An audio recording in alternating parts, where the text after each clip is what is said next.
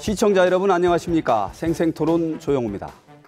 야권의 압승으로 끝난 총선의 후폭풍이 거셉니다.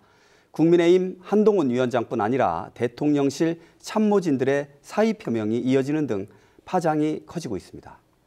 이번 총선에서 충청권의 표심은 어떻게 움직였을까요? 오늘 생생토론에서는 충청 민심과 향후 전국의 변화를 짚어보겠습니다. 나와주신 분 소개합니다. 배재대 행정학과 최우택 교수 나오셨습니다. 안녕하세요. 다음은 한남대 행정학과 원구환 교수 자리하셨고요. 안녕하십니까. 마지막으로 KBS 대전 보도국 황정환 기자와 함께하겠습니다. 안녕하십니까. 먼저 준비된 영상 보신 뒤 본격적인 토론 이어가겠습니다.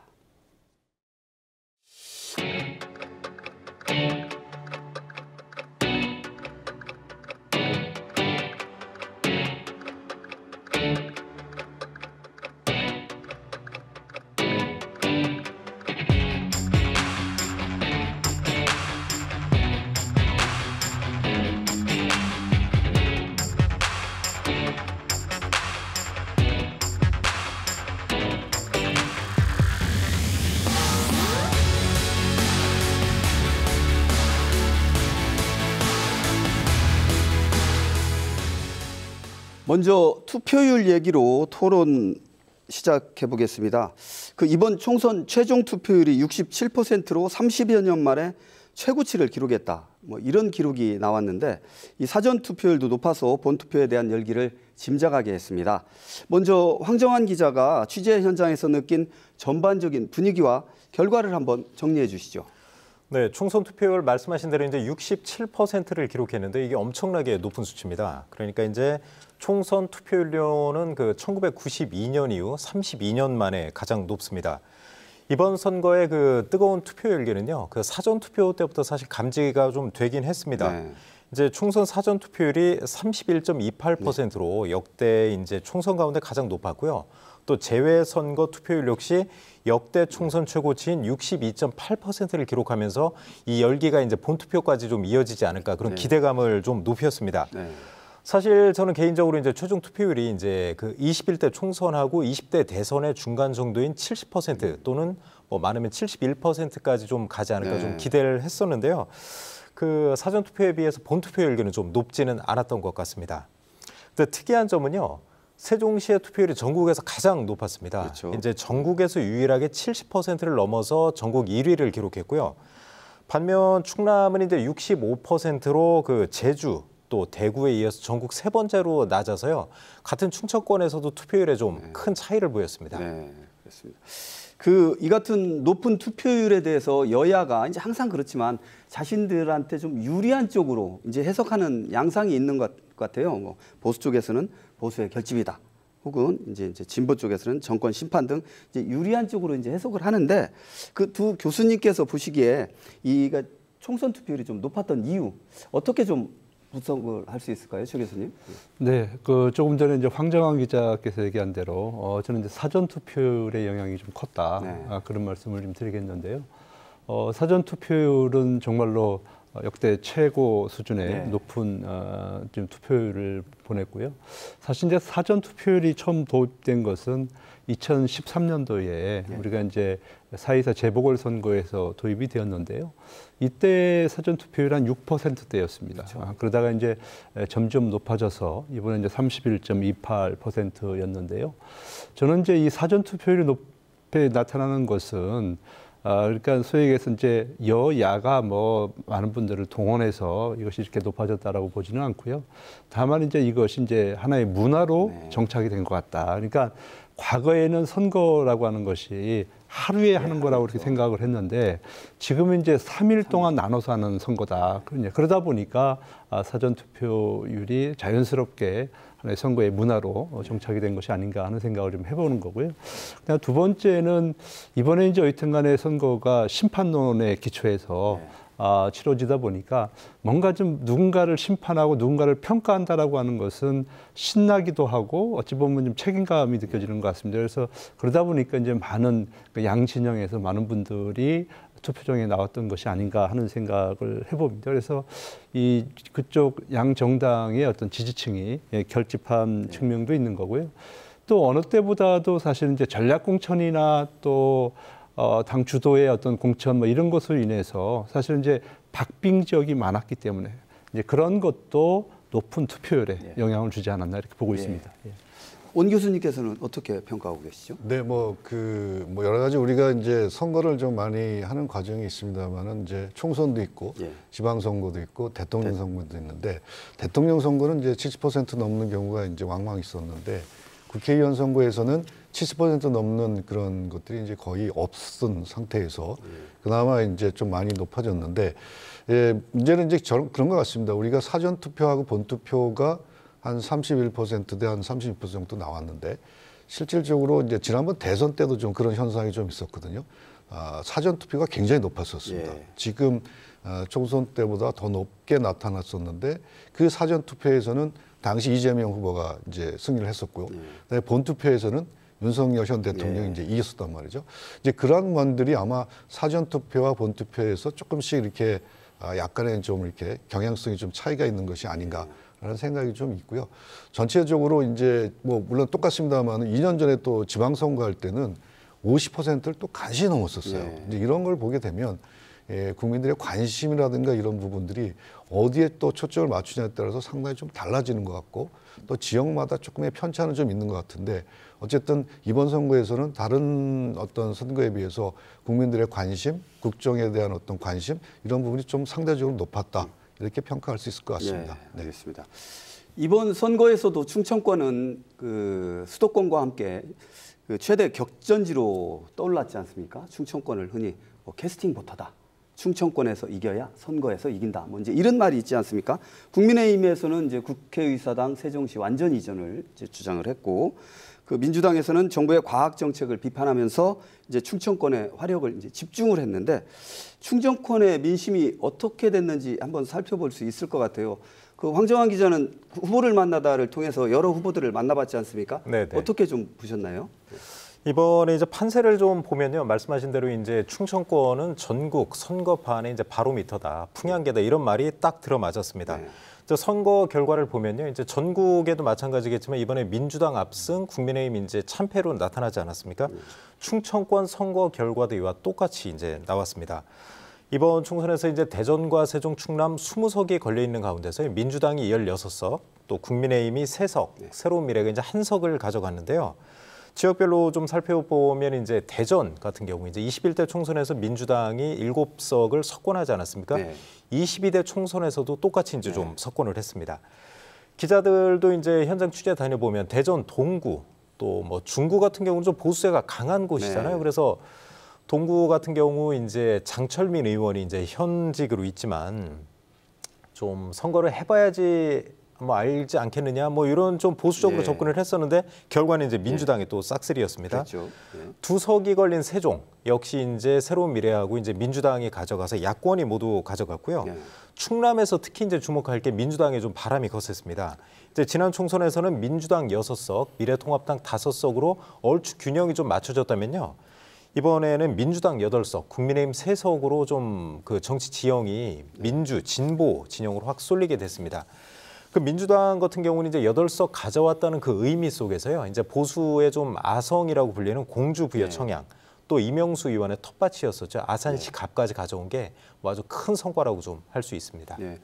그 전통적으로 이제 보수세가 강했던 곳, 지금 황정환 기자 얘기했지만 공주 부여 청양을 얘기를 안 할 수가 없어요. 이제 박수현 후보께서 이제 당선이 되셨는데 뭐 대전, 세종, 충남 끝까지 접전을 벌인 데가 좀 있습니다. 이번 총선에서 드러난 충청권의 그 민심, 학자들께서 보시기에는 좀 어떠신지요? 최 교수님 먼저 말씀해 주세요. 저는 이런 말씀을 좀 드리고 싶어요. 충청이 곧 민심이다. 결국 이제 캐스팅 보트 역할을 그동안 여러 차례 해오면서 우리가 한마디로 그렇게 정리를 할 수 있는데요. 저는 이번에 이제 충청 지역에서 민주당이 거의 이제 압승을 한 것은 뭐 충청 지역에 있는 어떤 뭐 자치단체장이나 이런 분들이 못해서 사실 이제 민주당의 손을 들어줬다기보다는 이제 정권 심판론이 강하다 보니까 결과적으로 이제 수도권과 충청권에서 바람이 불어서 전국적으로 그런 판세를 이끈 것이 아닌가 하는 생각을 좀 해보는데요.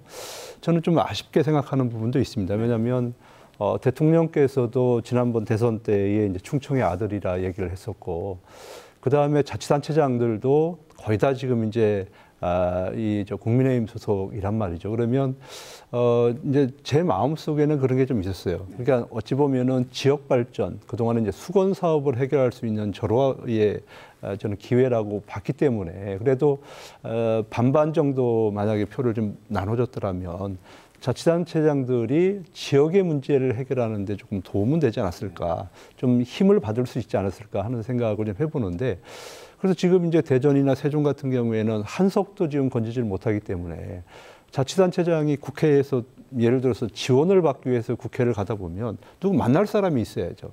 거기서 뭐 힘을 받을 수 있는 게 없어요. 그래서 그런 부분은 좀 아쉬웠지만, 그래도 뭐 하여튼 간에 또 결과가 이렇게 나왔기 때문에 뭐 충청의 선택, 결국 전국을 이끌었고 그것이 옳았다 이렇게 보고 있습니다. 네. 당략을 떠나서 지역 발전을 위해서 국회의원, 자치단체장 모두 힘써주시기를 좀 기대를 해볼 텐데요. 원 교수님께서는 어떻게 보십니까? 뭐 전체적으로 뭐 국정 심판론에 대한 그런 측면들은 상당 부분 있지 않았나라는 생각이 있고, 지난번 21대 총선에 비해서도 이제 더 민주당으로 쏠림 현상이 이제 나타나고 있어서 그 부분에 대한 것들을 이제 집권 여당에서는 좀 더 이제 심사숙고를 좀 해야 될 시점이 아닌가라는 생각이 있고요. 저는 이제 전반적으로 이 지역의 공약 같은 것들이 있는데 이런 부분들이 제대로 이행되지 못한 것도 한 큰 원인이지 않나라는 생각이 들어요. 특히 이제 세종시 같은 경우에 뭐 세종시 이전에 대한 얘기를 이제 많이 하는데, 좀 2년이 지날 동안 과연 이제 집권 여당이 무엇을 했는가에 대한 고민이 좀 있을 필요가 있겠다라는 생각이 있거든요. 그러니까 선거철에 나와서 그런 얘기를 하기보다는 뭔가 가시적인 효과가 좀 있어야 뭐 지역 주민들한테 효과라든가 뭐 이런 것이 있을 텐데, 그런 부분이 좀 적었다라고 하는 거고, 그다음에 뭐 대전 같은 경우도 뭐 R&D 예산 많이 깎였지 않습니까? 이런 부분들이 아마 지역 정서라든가 이런 부분에서 상당 부분 좀 심판적인 그런 요소들이 가미되지 않았을까, 그런 생각을 하게 되고, 그런 부분들이 전체적으로 이제 선거에 대한 투표 참여율도 좀 향상시키고 전체적인 어떤 그 반대적인 의견들을 나타나는데 기여했다라고 이제 볼 수 있을 것 같습니다. 네. 그 선거운동 과정에서 드러난 어떤 그 문제점도 한번 짚어볼 필요가 있겠습니다. 그 선거전이 과열되면서 여야 모두 눈살을 찌푸리게 하는 뭐 그 네거티브 공방도 있었고요. 고소 고발도 이제 난무했지 않습니까? 그 교수님, 최 교수님, 그 지역구 곳곳에서 이제 초점점 양상을 보이면서 이런 현상이 좀 나타난 것 같은데, 이 선거 과정 어떻게 좀 지켜보셨어요? 그렇죠. 이제 선거가 이제 박빙의 상황이 연출이 되면 뭐든지 동원할 수 있는 거 다 동원을 하게 되는 것이죠. 거기에서 이제 대표적으로 할 수 있는 것이 이제 막말이고요. 또 이제 상대방을 이제 비방하는 그런 행태들이 많이 일어나게 되고, 그 다음에 또 이제 유권자들 사이에서는 내 눈앞에 보이는 현수막이나 이런 것들이 또 이제 나의 어떤 이념적 성향과 좀 맞지 않고, 저거 보면 기분이 나빠. 이랬을 때는 또 공보물을 또 훼손하는 경우도 많이 있거든요. 그러다가 이제 그런 것들이 조금 비화되고 또 선거에 영향을 준다라고 판단됐을 때는 이제 고소고발 사건이 이제 난무한 그런 상황들이 연출이 되는데, 저는 좀 부탁하고 싶은 것은 뭐 선거 기간에는 그렇게 할 수 있다, 저는 그렇게 보고 있습니다. 왜냐하면 뭐 얼마나 다급했으면 그렇게 하겠습니까? 그러나 이제 이것이 도가 지나쳤다라고 해서 서로 이제 고소고발이 이루어졌다라고 그러면 저는 법원에서는 빨리 이것을 이제 결정을 좀 내려줄 것을 좀 부탁을 좀 드리겠고요. 이것이 또 중차대한 문제가 아니었다라고 생각되면 서로 또 뭐 화해 차원에서 서로 털 건 털고 또 새로운 방향을 모색하는 입장에서 좀 이렇게 넘어갔으면 어떨까 하는 생각을 좀 가지고 있습니다. 네, 알겠습니다. 황정환 기자님 취재 현장에서 취재를 하면서 이런 네거티브 공방, 뭐 고소고발 이런 거 직접 기사도 작성하고 그랬지 않습니까? 좀 어떻게 보셨어요? 아무래도 이제 중앙 정치권에서 워낙 이제 네거티브 공방이 심하다 보니까 이제 지역으로 좀 내려오지 않았냐, 이런 좀 생각을 하는데요. 언론에서 이제 그 여당과 야당 대표들의 그 유세 현장 발언을 좀 분석한 게 있습니다. 그 지난달 28일부터 이제 선거 전날까지 좀 발언을 보면요. 국민의힘 한동훈 비대위원장, 또 2조 심판론 이제 내세우면서 범죄자라는 단어를 551차례를 좀 사용했다고 합니다. 이재명 대표도 이제 정권 심판론, 또 경제 실정론 집중적으로 부각하지 않습니까? 이 과정에서 권력, 투표, 주권, 또 이제 뭐 경제라는 단어를 좀 집중적으로 좀 사용했습니다. 그러다 보니까 이제 지역에서도 사실 후보 간의 그 맞고발이 좀 많았어요. 네. 이제 대전 같은 경우 이제 대전 중구에서 박용갑 후보, 민주당 박용갑 후보를 국민의힘 대전시당이 그 그린벨트 내 토지 형질 변경 묵인했다, 이 의혹으로 이제 고발을 했고요. 박 후보는 이에 대해서 이제 허위 사실이다, 네. 그렇게 맞고발을 했고요. 또 보령 서천에서도 후보 간 맞고발이 있었고, 네. 홍성 예산에서도 좀 맞고발이 있었는데요. 경찰청이 어제 좀 자료를 냈어요. 네. 22대 총선 관련해서 선거사범 1,681명을 단속했는데요. 이 가운데 허위 사실 유포가 669명으로 가장 많았다고 합니다. 예. 원 교수님께서는 이 선거 과정에서 드러난 네거티브 공방, 고소고발전 좀 어떻게 보셨어요? 뭐 우리 선거구 자체에서 또 그런 이제 파생적 요인이 있지 않나라는 생각이 드는데 네. 아무래도 이제 소선거구제고 지역에서 한 표라도 많으면 당선이 되는 이제 구조다 보니까 포지티브한 그런 측면에서의 관심을 끌기보다는 네거티브한 그런 측면에서의 관심을 끄는 요소들이 더 강하지 않았나라는 생각이 있고, 매번 이제 선거 때마다 이제 심판에 대한 얘기가 나오는데 이제 그런 요소들이 아마 시민들한테는 그렇게 서 긍정적으로 받아들이지는 않지만 상대방을 이제 낙선시키거나 비방하거나 이런 측면에서 굉장히 효과적인 요소들은 있는 것 같아요. 그러다 보니까 그런 요소들을 계속해서 이제 진행하는 것 같고, 그러한 부분들이 아마 좀 우리가 앞으로는 계속해서 나타나지 못하도록 하고, 그런 부분에 대해서 사후 검증이라든가 사전적인 그런 예방 조치들이 좀 더 선행되지 않을까라는 생각을 하게 됩니다. 네. 그 여야의 총선 승패 원인도 한번 분석해 보겠습니다. 이 국민의힘에서는 여당 프리미엄을 이제 내세웠고, 민주당에서는 정권 심판론 내세우면서 이제 선거 운동을 펼치지 않았습니까? 근데 이제 결과적으로 보면 심판론이 좀 거셌던 것 같아요. 그 어떻게 보세요, 저 교수님? 뭐 승패 원인.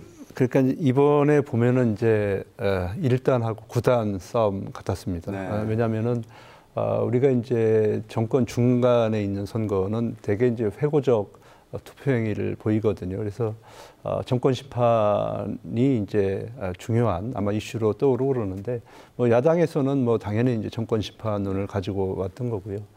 그러면 여당에서는 그런 심판과 맞물려서 뭔가 좀 새로운 정책을 제시를 하고, 미래에 대한 비전, 그리고 우리는 돈과 조직 이런 것들을 가지고 있기 때문에 무엇을 할 수 있다라고 하는 확신을 좀 심어주는 선거를 이끌었어야 되는데, 이제 그렇지 못하고 한쪽에서는 정권 심판, 또 한쪽에서는 2조 심판, 또 이것을 내세웠기 때문에 사실 심판의 원조는 정권 심판이에요. 아무리 뭐 2조 심판인 이런 걸 내놓는다 할지라도 우리 그 유권자들은 그 부분에 잘 알지도 못하는 거고요. 또 관심도 별로 없는 거거든요. 그래서 일단은 좀 프레임 싸움에서 여당이 좀 진 것이 아닌가 하는 생각을 좀 해보는 거고요.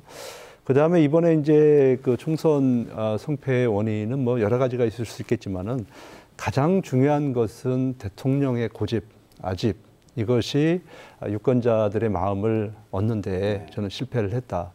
그래서 이제 대통령께서 지금 2년 동안 집권하시면서 이제 여러 가지 일을 하셨는데, 지지율이 사실은 40%를 넘지 못하고 30% 박스권에 지금 갇혀 있다라고 하는 거예요. 그러니까 이번 표심도 결과적으로는 여당에서 가져가는 표가 결국에는 그 30%에 준하는 그런 수준에서 가져갔기 때문에 대통령의 어떤 실정이라든지 고집 이런 것이 이제 가장 큰 원인이었다 하는 생각을 좀 가져오는 거고요. 또 하나는 사실은 이제 한동훈 비대위원장이 들어오면서 그러니까 여당의 어떤 그 침체기를 벗어나기 위해서 다양한 노력을 했었고요. 또 많은 국민들이 거기에 호응을 해서 여론조사 당시에 이제 결과를 보게 되면 국민의힘 이제 상당히 이제 올라가고 있던 차에 계속 또 대통령실에서 또 헛발질을 했단 말이에요. 예를 들면 이제 이종섭 호주 대사 임명이라든지, 그 다음에 이제 황상무 시민사회 수석의 뭐 회칼 막말 발언이라든지 이제 이런 것들이 터졌을 때는 사실은 이런 문제가 진행이 되면 그런 그 정무적 판단을 통해서 빨리 이걸 해결을 해줬어야 되거든요, 용산에서. 그런데 이제 그걸 가지고 시간을 끌다 보니까 결과적으로는 한동훈 비상대책위원장이 올려놨던 지지율을 다시 이제 떨어뜨리는 이제 그런 일이 발생을 했는데요. 사실 이제 이 소위 얘기하는 기세가 한번 꺾이면 그것을 이제 회복시킨다고 하는 것은 현실적으로 어렵거든요. 그때 당시에는 민주당에서 사실은 이제 비명 행사, 뭐 친명 횡재 하면서 이제 공천 갈등도 있고 상당히 민주당이 좀 불리한 이제 그런 측면이었는데도 불구하고 용산의 어떤 뭐 실책 또는 그쪽에서 판단 미스에 의해서 결과적으로는 지지율을 하락시켰고 그것을 반전시키는 데 상당히 어려웠다. 저는 이렇게 보고 있습니다. 원 교수님, 여야의 총선 승패 원인 어떻게 분석하십니까? 네, 뭐 저는 뭐 여러 가지 요인도 있겠습니다만은 현 정부에서 그 내세웠던 기본적인 가치가 공정성에 대한 가치인데 그런 공정성에 대한 가치가 많이 훼손된 것이 아마 이제 국민들한테 심판을 받은 것이다라는 생각이 들어요. 뭐 여러 가지 우리가 지금 뭐 비례정당 대표 득표율이라든가 이런 것을 보더라도 공정성에 대한 기본 가치를 내세운 정부가 공정하지 못한 현상들이 계속해서 나오는 것들이죠. 그러다 보니까 국민들의 거기에 대한 불만들이 상당히 내재되어 있지 않았나라는 생각이 있고 또 어떻게 보면 이제 여당의 입장에서 볼 때는 이게 중간평가적인 그런 총선이기 때문에 시점상으로 심판에 대한 뭐 2조 심판이든 범죄되든 이런 쪽에 대한 것들을 국민들은 원치 않는 거죠. 그러니까 국민들의 입장에서 볼 때는 좀 더 여당이 좀 더 미래 사회에 알맞게 좀 이끌어주기를 원하는데 심판을 얘기하고 있으니 그 자체를 보니까 상당히 이제 뭐 표를 얻을 수 있는 그런 기본적인 기회를 놓치지 않았나라는 생각이 있고 그런 면에서 아마 여권이 좀 참패하지 않았나라는 생각을 갖게 됩니다. 황정원 기자는 취재 현장을 돌아다니시면서 여야 후보들 많이 만나봤지 않습니까? 이 언론인의 입장에서 봤을 때 이 총선 승패 원인 나름대로 좀 분석할 수 있을 것 같습니다. 지금 앞서 이제 두 분이 말씀하신 것과 저도 거의 비슷합니다. 이제 경제가 안 좋으면 어떤 정권에서도 사실 총선 이런 선거를 이기기 어려웠을 텐데요. 지금 이제 물가도 높고 경제가 좀 안 좋지 않습니까? 거기다가 이제 지역에서는 R&D 예산 삭감 그런 뭐 대형 이슈가 있었기 때문에 아무래도 후보들, 민주당 후보들이 내세운 그 정권 심판론 아주 간결하고 명확하게 좀 유권자들에게 좀 파고 들었던 것 같습니다. 아쉬운 거는 이제 뭐 최 교수님도 말씀을 하셨지만 이제 원 교수님도 말씀하셨죠. 그 여당 입장에서는 정권 심판론에 2조 심판론으로 맞불을 놨단 말이에요. 근데 이제 그쪽에서는 좀 정책이나 해서 좀 미래 비전을 좀 제시했으면 이 정도 뭐 참패라는 결과까지 이어지지는 좀 않지 않았을까 그런 부분이 좀 아쉬운 것 같습니다. 제가 보기에는. 제가 좀 뭐 하나 더 좀 말씀을 좀 드리면 사실 이제 뭐 그런 거 우리가 이제 뭐 얘기 다 할 수 있지만 결정적인 것은 사실 이제 대파한단 가격이었거든요. 거기에 이제 우리 국민들이 많은 실망을 했던 거고. 그래서 사실 이제 수원에서 출마한 그 이수정 교수 같은 경우에도 대파 한 뿌리 가격이지 않느냐가 논란이 되지 않았습니까? 그래서 그 상대방인 김준혁 후보가 그렇게 많은 막말을 쏟았는데도 불구하고 그분들이 낙선을 하지 않았습니까? 그래서 그래서 이 대파 가격이 이번에 정말로 아마 우리 서민들 입장에서 보면 그 표심을 결정하는 데 가장 큰 영향을 줬다 하는 생각을 좀 해보고요. 거기에 또 하나는 지금 이제 참 오랜 기간 동안 지금 의정 갈등이 지속되고 있지 않습니까? 저는 이제 당위성 측면에서는 의대 정원 늘려야 된다는 생각을 가지고 있어요. 그러나 이제 이 당위성이라고 하는 것들도 주민들이 원하지 않거나 아니면 주민들이 좀 불편하다고 생각하면은 그 조정을 좀 해야 되는 거 얘기를 들어서 근데 이제 그런 거 없이 명분만 가지고 밀어붙이다 보니까 결과적으로는 우리 유권자들이 마음을 좀 돌린 것이 아닌가 하는 생각을 좀 해보는 거고 또 이제 이 결정적인 타이밍 때 뭐가 나타났는가 하면 조국 혁신당이 나타났습니다. 그러니까 지금 이제 그 민주당이 공천 갈등을 겪고 난 이후에 많은 분들이 이것이 이제 이재명 대표의 사당화 되는 거 아니야? 내가 원하는 건 저런 게 아닌데. 그럴 때에 나타난 정당이 조국 혁신당이라고 하는 거예요. 그래서 그때 이제 지민미조 지역구는 민주당에 그다음에 이제 비례대표는 조국 혁신당 얘기를 하면서 민주당의 이탈 세력들을 조국 혁신당이 가져가면서 그분들의 공허한 마음을 채워준 것 이것 또한 이번 선거에 영향을 준 큰 변수였다 저는 이렇게 보고 있습니다. 예. 그 제3지대 얘기를 이제 교수님께서 이제 미리 말씀 좀 해주셨는데 그 얘기를 안 할 수가 없습니다. 그 제3지대에서는 이제 조국혁신당이 말씀하신 대로 이제 선전을 이제 거뒀고, 한데 다른 정당들은 좀 성적표가 초라합니다. 예를 들어서 녹색정의당 같은 경우에 한 석도 얻지 못했어요. 그래서 심상정 의원께서 정계 은퇴를 선언하시는 이런 안타까운 일도 있었는데, 그 이 같은 현상에 대해서 황정환 기자 어떻게 좀 볼 수 있을까요? 그 최 교수님이 말씀하신 대로 이제 범야권에서 전략을 아주 잘 쓴 것 같아요. 사실 이제 민주당에 좀 실망을 했던 그런 진보층들이 많았었는데 어디 갈대를 좀 갈피를 못 잡고 있었거든요. 그 상황에서 조국 혁신당이 나오니까 그쪽이 아주 인기가 높았던 것 같습니다. 사실 올해 초만 해도 이제 조국 혁신당은 없었죠. 이제 그 창당한 지 지금 뭐 한 달 조금 그렇죠. 앞서서 했으니까요. 그래서 개혁신당이라든가 이제 새로운 미래 그쪽에 좀 관심이 많았었는데 사실 조국 혁신당 제외하고는 좀 성적이 신통치가 않습니다. 이제 조국 혁신당이 비례대표 선거에서 24.25% 뭐 엄청난 득표율을 가져갔죠. 그래서 12석을 확보를 했습니다. 그 창당 한 달여밖에 뭐 안 된 그런 신생 정당이 제3당으로 올라섰기 때문에 저 좀 놀라운 것 같고요. 그런데 이제 이준석 쪽 국민의힘 대표가 주도했던 개혁신당. 우리 지역에도 후보자를 좀 많이 냈거든요. 대전 중구 청장 재선거라든가 대전 동구. 그런데 이제 지역에서는 한 석도 얻지 못했고요. 수도권에서 지역구 한 석하고 비례대표 2석 가져갔습니다. 민주당을 탈당한 이제 김종민 의원 등이 주도한 그 새로운 미래 있지 않습니까? 더 안 좋은데요. 세종시 갑에서 김종민 의원 딱 한 명만 당선이 됐고 비례 의석은 한 석도 건지지 못했습니다. 예. 그 전문가들께서 보실 때 제3지대가 좀 고전한 이유가 뭘지 원 교수님께서 한번 짚어보시죠. 네, 뭐 전체적으로 우리나라 구조가 점점 양당제 구조로 이제 정착되는 게 거대 아닌가. 여야. 네네. 네, 이렇게 그런 거죠. 생각이 좀 들고요.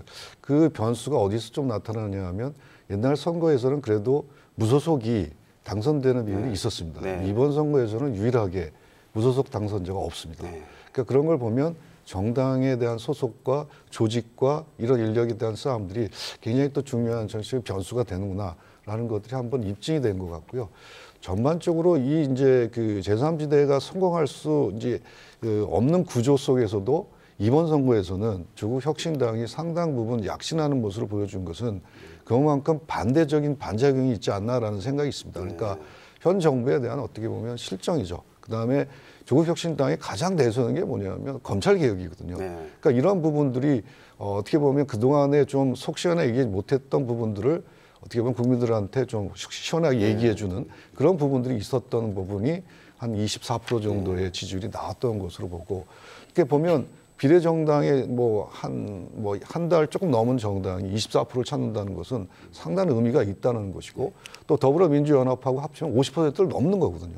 그리고 그다음에 이제 뭐 새로 국민의 미래 비례정당이죠. 국민의 미래 같은 경우는 36%를 이제 그 거뒀기 때문에 그만큼 국정에 대한 지지율이 그 정도밖에 나타나지 않는다라고 하는 것이 아마 단적인 국민들의 마음이 아닌가라는 생각이 듭니다. 그래서 지금 당장은 또 나름대로의 이제 국민들의 지지를 받고는 있습니다만은 또 여러 가지 또 상황에 따라서 변수들은 있을 거라고 보지만 양당 구조에서 제3지대가 성공하기 좀 쉽지 않은 구조에서 상당히 조국 혁신당이 돌풍을 일으켰다 이렇게 평가할 수 있을 것 같습니다. 그 최 교수님 아까 제3지대 이제 말씀을 해주셨는데 이제 22대 국회가 이제 출범을 하지 않습니까? 그 우리 제3지대 어떤 운명이랄까요? 앞으로 22대 총선에서 기대와 우려가 좀 있을 것 같습니다. 그렇죠. 이번에 이제 아까 원 교수님 말씀하신 대로 사실 우리나라가 이제 가면 갈수록 양당 체제로 이제 고착이 좀 되는 것 같아요. 그래서 이번에 사실 이제 양당에 좀 실망한 그런 국민들이 많이 있었고, 또 그분들의 어떤 지지를 받고자 해서 양당에서 선택을 받지 못했던 그런 거물급 인사들이 이제 살림을 따로 차린 거 아니겠습니까? 근데 첫 번째 제가 이제 이번에 제3세력이 성공하지 못했던 원인 중에 하나는 사실은 처음에 이제 시작했던 곳이 이제 새로운 미래하고 이제 개혁신당이 통합을 하지 않았습니까? 근데 이제 통합이라고 하는 것은 사전 준비가 잘 돼야 되는 거고요. 역할 분담, 그리고 이제 사실 수표를 잘 써야 돼요. 잘 써야 되는데 그런 거 없이 마음만 앞서가지고 통합을 했고, 그리고 바로 이제 헤어지는 과정 속에서 제3 세력은 저 사람들의 개인적인 영달을 위해서 만든 것이지 이게 정말로 오갈 데 없는 국민들을 마음을 어루만져 주기 위해서 만든 정당이 아니다라고 하는 것을 유권자들 마음속에 심어줬기 때문에 아마 그 두 정당은 사실은 이제 국민들로부터 마음을 얻기는 어려웠을 것 같고요.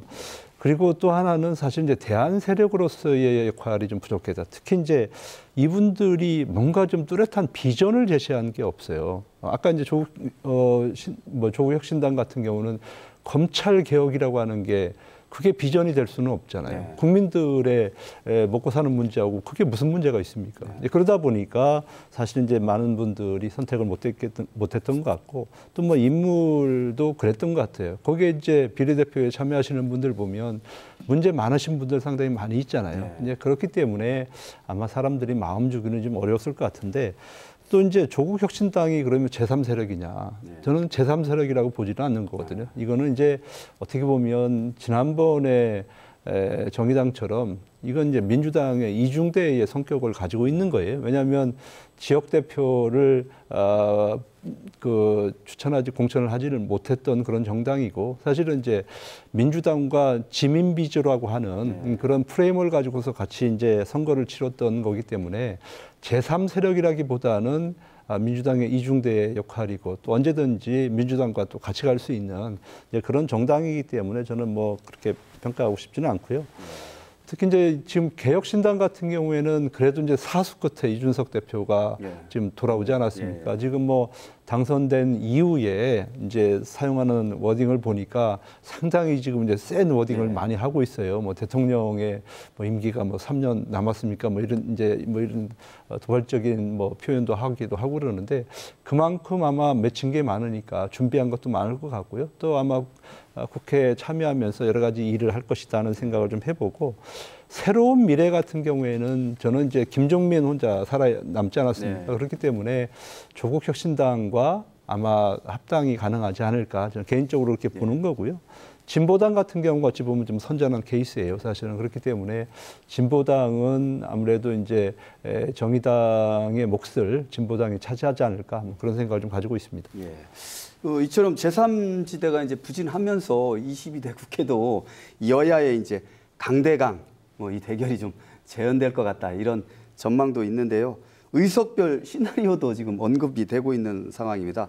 총선 이후에 원 교수님 어떤 식으로 좀 방향이 흘러갈까요? 뭐 아무래도 다수당은 이제 뭐 민주당이 이제 된 상황이기 때문에 국회라고 하는 것은 아무래도 이제 상임위 활동의 중심적인 구조를 갖고 있습니다. 그래서 그 상임위에서도 상당 부분이 이제 민주당 의원들로 이제 채워질 것으로 이제 보여지는데 물론 그 내부적인 측면에서의 어떤 구조도 물론 있겠습니다만은 행정부하고의 관계가 똑같이 이제 이런 현상이 나타날까 걱정되는 부분이 그러니까 입법부에서 결정된 법안이 행정부에 의한 대통령에 의해서 거부권이 행사된 게 굉장히 많았잖아요. 그렇죠. 이러한 구조가 지속적으로 이루어질 것인가 하는 문제. 이런 부분이 아마 앞으로 고민스러운 부분이 되지 않을까라는 생각이 있고 만약 이런 것이 계속 반복된다라고 한다면 국정은 상당히 조금 어려워지지 않을까라는 생각이 있는데 이번 기회에 아마 좀 더 협치할 수 있는 기회를 좀 용산 쪽에서도 근본적으로 좀 생각을 해야 되지 않을까. 라는 생각이 있고 만약 그것이 없다라고 한다면 갈등은 상당히 또 지속될 수도 있다라는 예상해 볼 수 있을 것 같아요. 황정환 기자는 총선 이후 전국 전망 어떻게 좀 분석을 할 수 있을까요? 네, 원 교수님 말씀하신 대로 이제 강대강 그 대치가 계속될 수가 있고 사실 야권에서도 이런 말은 해요. 사실 200석 이하는 큰 변화하는데 의미는 없을 것이다. 왜냐하면 입법부에서 이제 법안을 좀 만들어서 보내도 대통령이 계속 거부권을 행사하는 그런 상황이 있으면 21대 국회하고 큰 차이가 없다. 그런 얘기를 좀 하는데요. 그럼에도 불구하고 이제 뭐 192석 범야권 좀 그렇게 보고 있지 않습니까? 할 일은 엄청 많습니다. 할 수 있는 일이. 그 국무총리, 뭐 헌법재판관, 대법관 임명 동의안도 이제 민주당이 좀 키를 쥐게 되고요. 또 탄핵소추도 좀 이렇게 주도적으로 좀 할 수가 있고 또 뭐 신속 처리 안건 지정이라든가 필리버스터 종결 등을 통해서 이제 입법 속도전도 좀 밀어붙일 수가 있습니다. 그 당장 이제 야당에서는 그 대통령이 이미 거부권을 행사한 쌍특검법, 또 이태원 특검법, 뭐 노란 봉투법, 이태원 특별법이죠. 이런 걸 좀 재추진할 수가 있는데요. 그 용산 이제 대통령실에서 좀 전향적으로 입장을 바꿔서 야당하고 이제 좀 대화를 좀 하면서 이런 전국의 그 타개책을 좀 모색하는 할지 아니면 뭐 윤 대통령의 스타일이 좀 이제 좀 고집이 좀 있지 않습니까? 예. 그대로 아마 밀고 간다면 21대만큼의 혼란이 계속 좀 예. 유지되지 않을까 좀 이런 전망을 하고 있습니다. 최 교수님은 어떻게 전망하세요? 예, 일단은 이제 제일 중요한 것은 이제 대통령이 이제 어떤 마음을 갖느냐가 여야 협치의 키를 가지고 있다. 저는 이렇게 보고 있는 거고요. 그래서 일단 지금 이제 뭐 비서실장이라든지 또 국무총리 또 비서진들이 지금 이제 사의를 표명했기 때문에 가급적이면 합리적인 인사들로 인적쇄진을 하는 것이 저는 우선이다. 그것이 이제 진정성을 보여주는 첫 번째 요건이다. 이렇게 생각이 되고요. 그리고 바로 이제 저는 제가 봤을 때는 그동안에 이제 피의자 신분이라 해서 야당 대표를 만나지 않았지 않습니까? 그런데 지금 이제 상황이 좀 급해졌죠. 네. 그렇기 때문에 저는 이제 이재명 대표와 단독 회담을 조속한 시일 내에 좀 했으면 좋겠다는 생각을 가지고 있고 또 그동안에 이제 기자들과도 잘 만나지를 않았지 않습니까? 그래서 이제 불통이라는 이미지가 이제 심심해졌는데 예전에 이제 했던 거 출근길 같이 도어 스태핑 같은 것도 좀 저는 부활했으면 좋겠어요. 그래서 좀 국민들과 좀 소통하는 모습을 좀 보여줬으면 좋겠고 자 이번 선거가 이제 민주당의 압승인데 많은 분들이 사실은 이제 국정이 혼란스러울 것이다 뭐 이런 전망을 하고 그런데요.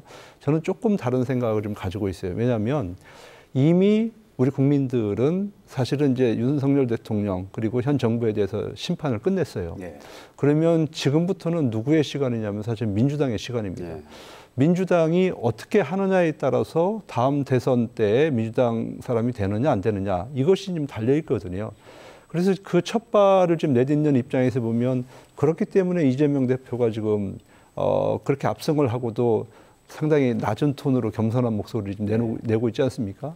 이제 그것이 반증하는 게 뭐냐면 앞으로 이제 본인도 대선 주자지 않습니까? 그래서 지금부터는 아마 외모 관리도 하고 정말 이제 그런 관리를 하면서 또 국정 또 이제 의회에서 활동들을 해야 되기 때문에 이제 그런 것 같고요. 또 하나는 사실은 이제 이 조국 혁신당이 협조하지 않으면 그러니까 지난 21대와 민주당이 할 수 있는 건 크게 다르지 않다. 그런 차원에서 보면 이제 조국 혁신당의 이제 협조가 분명히 필요한 거 아니겠습니까? 그래서 앞으로 그 민주당과 조국 혁신당 또 이재명과 조국의 어떤 협치 이런 것들이 국정 운영에 상당히 큰 영향을 줄 수 있다. 저는 그렇게 보고 있습니다. 알겠습니다. 그 이번 총선 결과에 따라서 주요 인물들의 정치적 운명도 좀 갈릴 것 같습니다. 그 주목되는 부분이 있다면 좀 어떤 걸 은 교수님 좀 짚어주실 수 있을까요? 네, 아무래도 총선 참패에 따르는 이제 집권 여당의 그 여러 가지 이제 사의 표명이 좀 있었고요. 그다음에 이제 국정의 이제 내각에 대한 교체 문제 이런 문제점들이 아마 제일 일선위로 좀 나온 것이 아닌가라는 생각이 들고 뭐 정치적인 뭐 책임을 지는 입장에서는 당연한 이제 뭐 결과일 수도 있는데 이 부분에서 얼마만큼 합리적으로 민심과 부합하는 그런 요소를 가질 것이냐라고 하는 부분들이 저는 1차적으로 중요하다라고 생각하고 그러한 것들이 단순하게 뭐 사람을 인물 교체하는 수준에서 끝난다라고 한다면 크게 뭐 바뀜이 없을 거라고 생각이 되고 실질적으로 진정성을 갖고 협치할 수 있는 마인드를 좀 가져야 되지 않겠나. 그것이 물론 이제 뭐 입법부의 뭐 국회의원들에 대한 기본적 요소에 나타나는 부분도 있지만 국정을 책임지고 있는 집권당의 기본적인 구조에서 출발을 해야 된다라고 하는 것이고 좀 자주 만났으면 좋겠어요. 네. 그 주요 인물들의 어떤 정치적 운명 좀 주목되는 부분 한번 짚어주시죠, 최 교수님. 뭐 여당에서는 아무래도 이제 한동훈 비상대책위원장이 가장 주목을 받는 인물인데 이제 본인이 사실은 임기를 채우지 않고 어제 전격적으로 이제 사퇴를 하지 않았습니까? 그렇기 때문에 이제 그러면 이제 한동훈 전 비상대책위원장이 무엇을 할 것인가? 뭐 지난번 선거 과정 속에서 이제 외국 가서 공부할 것이냐, 아니면 나라에 남아서 계속 정치 활동을 할 것이냐, 이 부분에 관심이 많을 것 같은데요. 기자회견 하는 거 보니까 외국 나가실 것 같지는 않고 아마 국내에서 또 국민들 권익을 위해서 아마 노력을 한다고 이렇게 얘기를 하는 걸 보니까 완전히 떠나지는 않을 것 같고요. 제가 볼 때는 산속에 들어가서 일단 책도 읽고 몸도 만들고 또 다양한 상상과 생각들을 하면서 권토중대를 하지 않을까 저는 그렇게 생각이 되고 언제든지 기회가 올 수 있거든요. 그럴 때에 또 전격적으로 나타나서 새로운 모습을 보여줄 것이다. 저는 그렇게 보고 있습니다.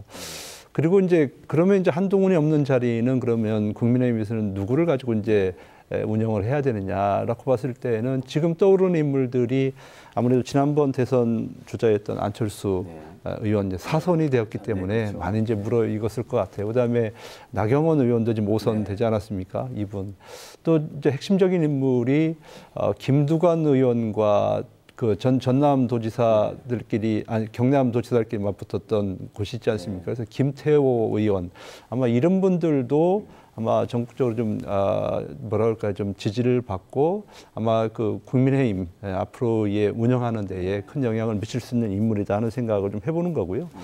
그다음에 민주당 같은 경우에는 아무래도 이제 이재명 뭐 사당까지는 아니지만 이제 탑으로 지금 되어 있고 이분 중심으로 해서 이제 나갈 가능성이 좀 상당히 있는데 아까도 이제 말씀드렸습니다만은 지금 조국혁신당이 좀 걸릴 수가 있어요. 그 조국혁신당의 도움 없이는 할 수 있는 것이 많이 없기 때문에 그래서 이제 이 조국혁신당과의 관계.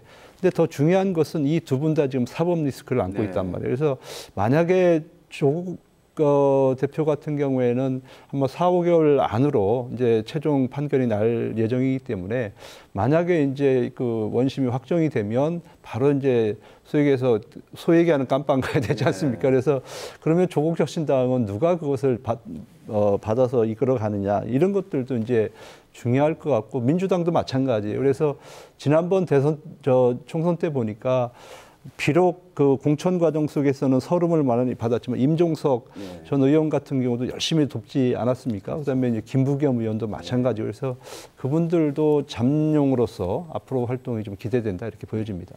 알겠습니다. 그 전국적인 상황 짚어봤는데요. 우리 지역 얘기 안 할 수 없습니다.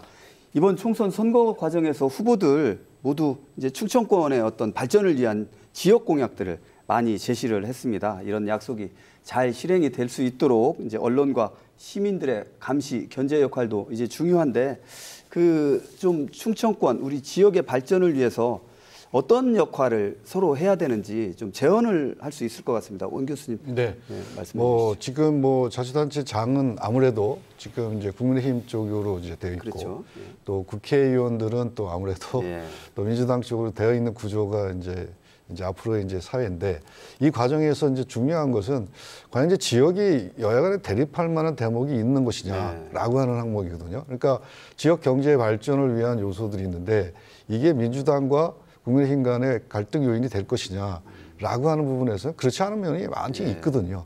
그렇다라고 한다면 좀 더 그 정당을 떠나서 국민의 입장 또는 이제 뭐 시민의 입장에서 과연 무엇이 필요한지를 확인하는 것들이 필요한 것이고 그런 부분에 있어서 협치를 할 수 있는 노력들이 일단 필요한데 그 과정에서 입법과 예산이 필요한 부분인데 이 과정에서 어떻게 보면 국회 쪽에서 이런 과정들이 더 강하게 이제 나타나기 때문에 그걸 또 민주당에서 좀 지원해주고 실제 집행력이라든가 예산을 반영하는 부분에 편성하는 데 있어서는 현 정부가 좀 고려를 해 주어야 좀 지역의 어떤 경제라든가 이런 부분이 활성화될 수 있을 것 같고 특히 지역 소멸을 얘기를 안 하는 경우가 많지 않습니까? 그렇다라고 한다면 거기에 좀 발빠르게 대응할 수 있는 좀 더 기획적인 그런 측면의 어떤 그 거버넌스 구조가 확실히 필요한 부분이고 거기에는 여야 부분이 없다. 저는 그렇게 생각을 합니다. 그 지역 발전을 위한 공약 이행, 약속 지켜야 되지 않습니까? 물론 그 공약을 제시한 당선인들의 역할도 중요하고 이 감시와 견제, 우리 언론을 비롯해서 시민단체 여러분들의 그런 게 좀 필요할 것 같아요. 최 교수님은 어떻게 좀 보십니까? 이제 선거 과정 속에 이제 많은 공약들을 내놓지 않습니까? 이제 중요한 한 가지 사실이 있어요. 뭐냐면은 그 많은 공약들이 자치단체에 도움이 없으면 하나도 실행할 수가 없다라고 하는 거예요. 그렇기 때문에 저는 이제 자치단체와의 협치가 정말로 중요한 것이고요. 그래서 저는 이제 이 후보들의 모든 공약을 예를 들어 대전 같은 경우에는 대전시와 같이 만나서 다 좀 이렇게 좀 한 군데 좀 모아놓고 같이 우선순위나 이런 것들을 같이 좀 점검을 했으면 좋을 것 같아요. 그래서 필요한 부분들도 자치단체가 또 지원할 수 있는 부분들도 확인하고 또 국회의원들은 우리가 대부분의 이제 공약을 이행하기 위해서는 사실 이제 매칭 펀드가 필요합니다. 자치단체의 돈도 좀 필요하고 또 국가에서 보조금도 좀 필요하기 때문에 또 이제 중앙정부에서 그런 이제 예산과 관련해서는 국회의원들이 가서 좀 로비도 좀 하고 열심히 활동을 해서 가져오게 되면 아마 그 어느 때보다도 많은 성과를 가져올 수 있는 거거든요. 그래서 일단은 좀 만나야 되는 거고 서로 보따리를 풀어놓고 정말 우선순위를 정해서 빨리 좀 추진하는 것이 어떨까 하는 생각을 가지고 있습니다. 예, 알겠습니다. 이제 한 달 정도 있으면 22대 국회가 출범을 합니다. 과제를 짚어볼 수 있겠는데요. 이 민생을 위해서 다양한 정책을 좀 제시해서 좀 실천을 했으면 그런 바람이 있는데 황정환 기자 22대 국회 과제를 좀 한번 정리할 수 있을까요? 네, 저는 간단하게 좀 말씀을 드리면요. 요즘 이제 효능감 있는 정치 이 말이 좀 유행을 하고 있더라고요. 그러니까 본인이 표 준 사람이 나에게 얼마만큼의 그 효능감 있게 좀 그 정책이 다가오냐 이거 같은데요. 유권자들은 이제 여당이든 야당이든 그 후보에 대해서 간절하게 좀 바라는 게 있어서 좀 그 투표를 했을 겁니다. 그렇기 때문에 효능감 있는 정치를 좀 보답을 했을 때 내가 이 사람 진짜 잘 뽑았다. 4년 후에도 이 사람 꼭 뽑고 싶다. 이제 그런 소리를 좀 들을 겁니다. 그래서 이런 모습을 22대 국회에서는 좀 보고 싶습니다. 네, 알겠습니다. 원 교수님 22대 국회 과제 정리해 주시죠. 과제 많을 것 같습니다. 여러 가지 민생 쪽에 측면들의 요소들도 꽤 있고 또 우리 시민들의 삶의 질을 향상시키기 위한 노력들이 입법적인 측면에서 선행돼야 되는 요소들이 많기 때문에 그런 복지라든가 민생 쪽에 좀 더 이제 역점을 뒀으면 좋겠고 그다음에 새로운 미래 사회에 대응할 수 있는 기획력 이런 부분들이 입법 과정 속에서 또 예산 과정 속에서 충분히 반영됐으면 좋겠다. 더불어서 조금 더 이제 고민스럽다라고 한다면 줄탁동시의 자세가 좀 필요하지 않을까라는 생각이 드는데 아래서 깨어나기 위해서는 안에서의 내부적인 그런 노력도 필요하지만 외부적인 측면에서의 협력도 필요한 부분이거든요. 그래서 그러한 것들이 조금 좀 어떻게 보면 이분법적인 그런 구조를 좀 이제 벗어났으면 좋겠다라는 생각이고 협치에 대한 마인드 정말 필요한 때라고 생각이 듭니다. 네, 알겠습니다. 최 교수님 22대 국회 과제 지금 이제 짧게 부탁드립니다. 뭐니 해도 좀 민생 회복이 제일 중요하거든요. 그래서 여야가 손잡고 민생 회복을 위해서 노력을 해야 된다는 것 하나 하고요. 그다음에 의정 갈등 지금 이제 가장 시급한 문제 아니겠습니까? 그래서 당사자들과 또 정부가 만나서 이 문제를 좀 속히 해결했으면 하는 바람을 좀 가지고 있고 지금 우리나라의 가장 큰 문제는 저출산하고 지역 소멸 문제예요. 이것을 위해서도 여야 없이 같이 좀 협력해야 된다는 그런 생각을 좀 가지고 있습니다. 어쨌든 간에 이번에 민심을 제대로 확인을 했으니까요. 그 민심에 진짜 효능감을 줄 수 있도록 좀 우리 의원님들이 열심히 노력을 했으면 좋겠습니다. 감사합니다. 알겠습니다. 감사합니다. 이제 토론을 마무리할 시간입니다. 다가올 22대 국회에서는 힘의 논리가 아닌 여야의 협치를 통해 어려워진 민생을 살리는 새 정치가 펼쳐지면 좋겠습니다. 생생토론 여기서 마치겠습니다. 준비한 세 분 수고하셨고요. 시청해 주신 여러분 고맙습니다.